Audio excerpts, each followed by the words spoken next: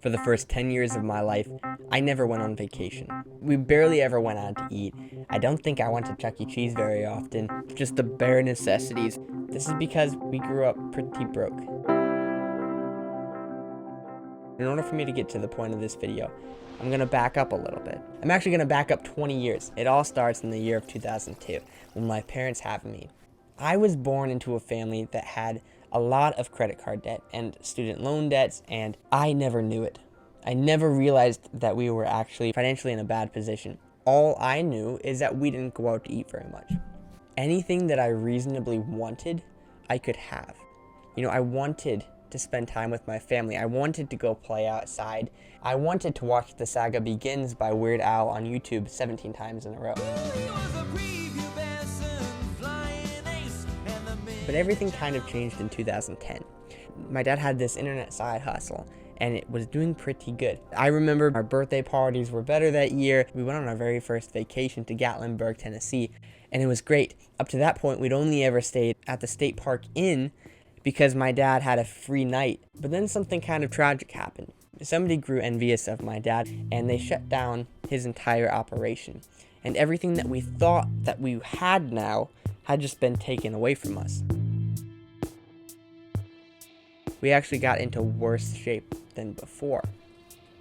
When I was 11, we sat down as a family and we found out that we couldn't pay for both groceries and the mortgage, and we were gonna have to lose the house.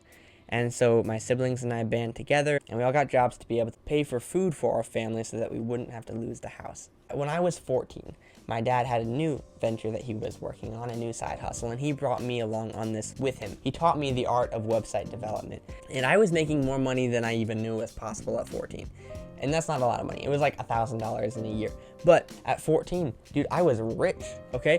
I was using my skills in a website design rather than shoveling driveways at $20 a pop, and I felt pretty good. I felt on top of the world. All of my friends weren't even old enough to get a real job, and I was making $1,000 a year. So I continued to do website design throughout high school, not really making that much money, but creating this perception of myself that I lived on other people's attention. I went on spring break in San Diego, put it all on a credit card, and then I came back and I was so excited for everyone to ask me, wow, you must be doing really well, Peter, because you're going on all these travels, but it was all fake.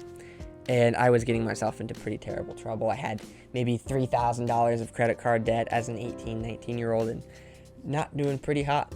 But I figured out that I needed to make more money. I got an internship working in sales at a sales training company. I'd go in and I'd make 50 to 100 cold calls a day. I didn't make any money because I couldn't close a deal. Then we got shut down by COVID. I'm just gonna kind of cut to the heart of it.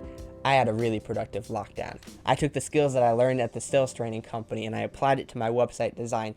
And with the first cold call that I made, I closed the company that I called on a $10,000 contract over the course of a year. This was a lot of money for a 17-year-old with about 3 weeks of work. The problem was, I didn't know how to repeat it, okay? I wasn't able to take what I did and continually apply it and do better, and as a result, I became stagnant. I'm gonna cut to 2 years later. I paid off those debts.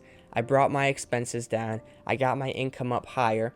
I traveled the world full-time for about 4 months, and here is my exact financial situation right now. The reason I'm offering you a level of transparency that a lot of people would consider taboo is because I know that my identity is not rooted in my ability to provide. My identity is placed in being a son of God. Let's talk about how much money I have.